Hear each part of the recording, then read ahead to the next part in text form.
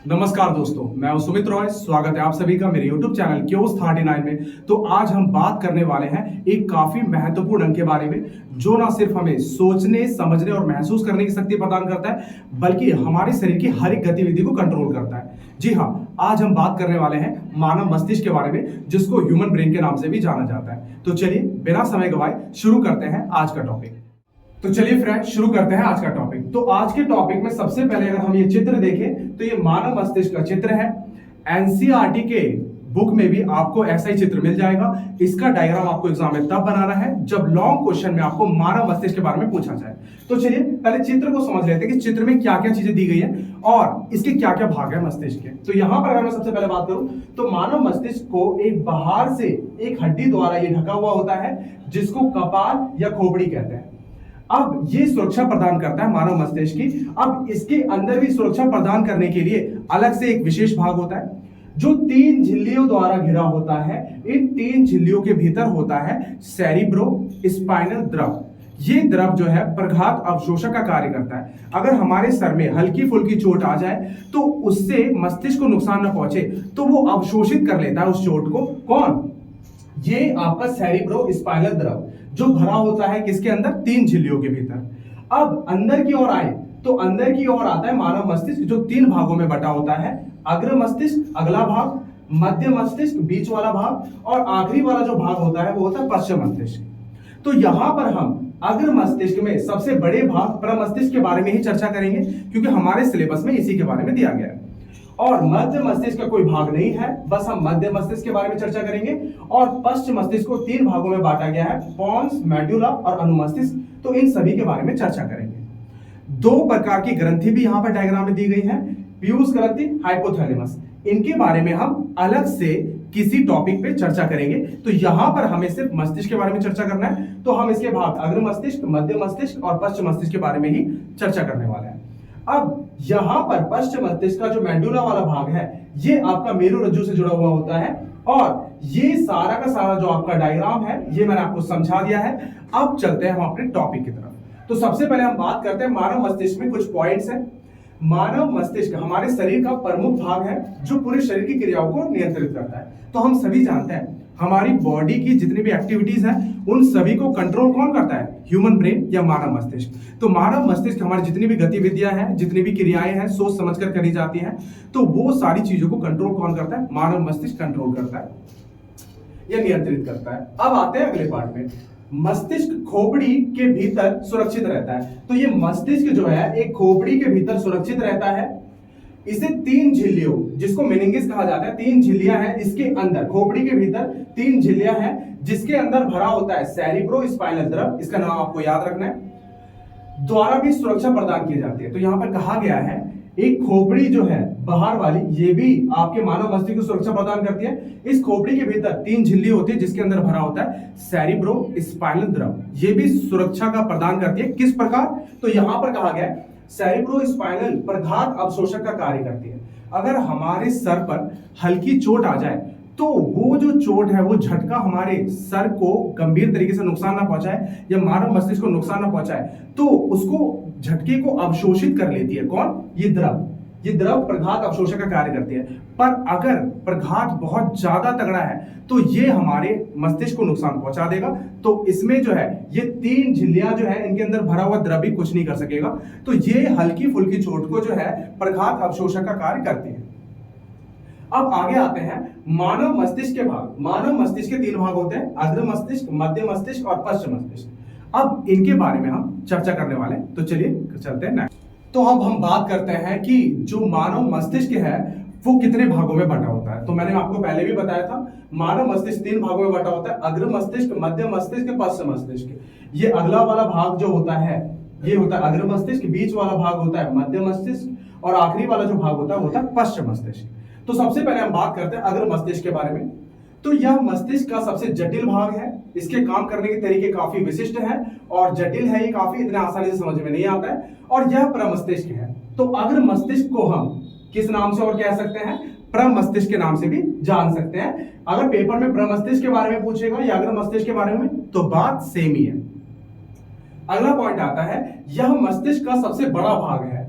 तो ये पूरा जो मस्तिष्क होता है ये 3 भागों में बटा होता है। इन 3 भागों में से सबसे बड़ा भाग जो होता है वो होता है अग्र मस्तिष्क। यह सोचने का, समझने का, याद रखने में, निर्णय लेने में, बोलने, सुनने और देखने जैसी उच्च मानसिक क्रियाओं को नियंत्रित करता है। तो सोचने में कुछ भी अगर हम थिंक करते हैं, कुछ सोचते हैं किसी चीज के बारे में कि हमें क्या करना है क्या नहीं करना है, तो ये सोचने में भी जो आपका जो ब्रेन काम करता है, मानव मस्तिष्क काम करता है, तो वो किस हिस्से में होता है? अग्र मस्तिष्क में। समझने में, किसी चीज को समझना है, अगर किसी चीज को हल करना है या समझकर कि उसको किस प्रकार हल किया जाए, तो ये सारी जो गतिविधियां है रीजनिंग वाली, ये भी आपकी कहां से कंट्रोल होती है? ये कंट्रोल होते हैं अग्र मस्तिष्क से। याद करने में, याददाश्त, जो आपने मूवी में भी देखा होगा कि जो याददाश्त है वो चली जाती है किसी एक्सीडेंट में, तो अगर बाय चांस किसी का एक्सीडेंट होता है और उसके मानव मस्तिष्क में अगर अग्र मस्तिष्क को क्षति पहुंचती है, तो हो सकता है कि उसकी याददाश्त चली जाए, क्योंकि याददाश्त से जो डिटेल होती है जुड़ी हुई, वो सारी कहां स्टोर होती है? अग्र मस्तिष्क में। निर्णय लेने में, तो निर्णय लेने में मतलब कि कोई हमें डिसीजन लेना है कि करना चाहिए या नहीं करना चाहिए, तो इसमें भी आपका कौन कंट्रोल करता है? अग्र मस्तिष्क। बोलने में, सुनने में, क्या बोलना है और सुनते हैं हम किसी बात को, फिर रिस्पॉन्स करते हैं, देखने में, उच्च मानसिक क्रियाओं को नियंत्रित करने में, तो ये सारी चीजें कौन कंट्रोल करता है? अग्र मस्तिष्क। काफी विशिष्ट अंग है, काफी जटिल अंग है और काफी सारी इंपॉर्टेंट चीजों को ये कंट्रोल करता है। भूख से संबंधित केंद्र, ये काफी इंपॉर्टेंट है, एग्जाम में पूछा भी गया था एक बार कि भूख जो लगती है हमें, तो ये जो सिग्नल जो होता है ये प्रोवाइड कौन करवाता है? ये कराता है आपका अग्र मस्तिष्क। तो अग्र मस्तिष्क जो है वो भूख से संबंधित केंद्र होता है, जो भूख लगना होता है, तो ये जो आपका सिग्नल आता है वो कहां से आता है? अग्र मस्तिष्क से। डर, खुशी, गुस्सा, चिंता आदि को भी ये नियंत्रित करता है। तो ये सारी फीलिंग्स है और चिंता, गुस्सा, डर, इन सभी को भी कौन कंट्रोल करता है? तो ये हमारा अग्र मस्तिष्क कंट्रोल करता है। तो काफी डिटेल करके मैंने आपको बता दिया है। तो एग्जाम में अगर पूछेगा तो आप इनमें से 3 पॉइंट्स कोई भी लिख सकते हैं इंपॉर्टेंट, ठीक है। तो चलते हैं आप अगले भाग। फ्रेंड्स, अब बात करते हैं मध्य मस्तिष्क के बारे में। तो मध्य मस्तिष्क जो है ये बीच वाला भाग होता है और ये क्या करता है? अनैच्छिक क्रियाओं को नियंत्रित करता है। अनैच्छिक क्रियाएं मतलब ऐसी क्रियाएं जो हमारे कंट्रोल में नहीं होती है, जिन्हें हम कंट्रोल नहीं कर सकते हैं, उन्हें कहते हैं अनैच्छिक क्रियाएं।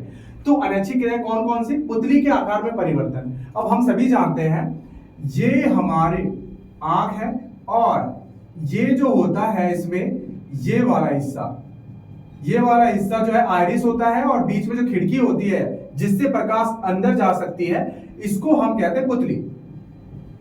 तो आइरिस जो है ये वाला हिस्सा, ये फैलकर और सिकुड़ करके पुतली के आकार को छोटा बड़ा करती है। तो ये जो नियंत्रित होती है, ये कौन नियंत्रित करता है उसे? मध्य मस्तिष्क पुतली के आकार को नियंत्रित करता है। अब अगला कहा गया सिर, गर्दन आदि की प्रतिवर्ती क्रिया। आपने कभी देखा होगा कि हम बिना सोचे समझे कभी कभार गर्दन को आगे पीछे घुमा लेते हैं, ऐसा लगता है कोई पीछे बुला रहा है। अगर कोई बुला भी रहा होता है तो हमारा ब्रेन सिग्नल नहीं देता, हम अचानक से गर्दन पीछे कर लेते हैं। तो हमारी गर्दन की क्रिया, सिर की आगे पीछे करने की क्रिया, ये सारी प्रतिवर्ती क्रियाएं जो है ये भी कौन कंट्रोल करता है? मध्य मस्तिष्क। अब आता है लास्ट वाले भाग में आता है पश्च मस्तिष्क। ये पश्च मस्तिष्क वाला जो भाग है ये 3 भागों में बटा होता है, पॉन्स, मेडुला, अनुमस्तिष्क। तो एक एक करके सबके बारे में बात करते हैं। तो पश्च मस्तिष्क 3 भागों में बटा होता है। एक होता है अनुमस्तिष्क और ये अनुमस्तिष्क है, एक होता है पॉन्स, एक होता है मेडुला। तो सबसे पहले अनुमस्तिष्क के बारे में बात करते हैं, जिसको इंग्लिश में सेरिबेलम भी कहते हैं।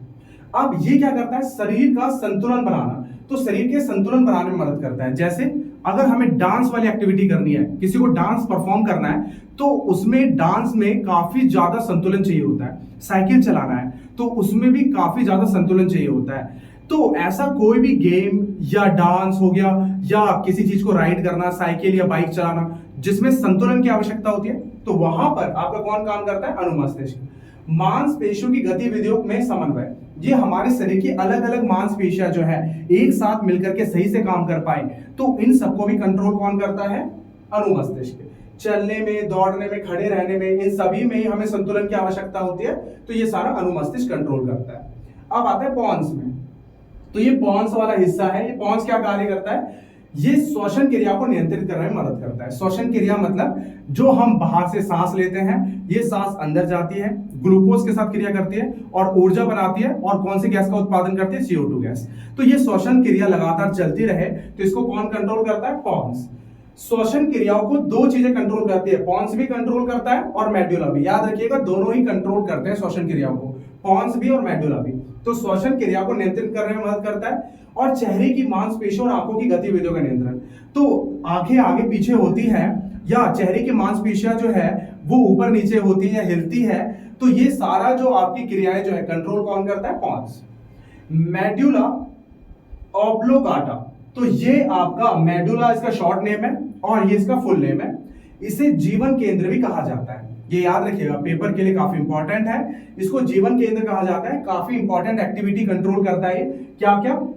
ये अनैच्छिक क्रियाओं को नियंत्रित करता है। कौन से वाले? हृदय गति, हृदय गति हो गया, रक्तचाप ब्लड प्रेशर हो गया, श्वसन दर को ये भी कंट्रोल करता है और यहां पर पॉन्स भी कंट्रोल करता है। पाचन, खांसी, छींक, उल्टी निकलना, तो ये चार गतिविधि देखिए आप, हृदय गति, रक्तचाप, श्वसन और पाचन, ये सारी की सारी जो है काफी इंपॉर्टेंट गतिविधियां हैं जो कि लाइफ प्रोसेस मतलब लाइफ को चलाने में काफी योगदान देती है, इसलिए इसको कहा जाता है जीवन केंद्र। और ये खांसी, छींक, उल्टी निकलना, इन सभी चीजों को भी ये कंट्रोल करता है। तो यहां पर मैंने काफी डिटेल में आपको मानव मस्तिष्क के बारे में बता दिया है, हर एक चीज के बारे में मैंने आपको डिटेल में बताया। तो आपको कैसा लगा वीडियो? अगर आपको ये काफी जानकारी वाला वीडियो लगा है तो वीडियो को लाइक कीजिए, मेरे चैनल को सब्सक्राइब कीजिए और इस वीडियो को ज्यादा से ज्यादा शेयर कीजिए अपने फ्रेंड्स में, ताकि वो भी इसका फायदा उठा पाए। तो मैं ऐसे ही फ्री एजुकेशनल वीडियोस लाता रहता हूं, तो आप मुझे सपोर्ट कर सकते हैं। ज्यादा से ज्यादा लाइक कीजिए और सब्सक्राइब करना बिल्कुल ना भूलें। तो चलिए मिलते हैं इसी के साथ नेक्स्ट वीडियो में। Thank you so much.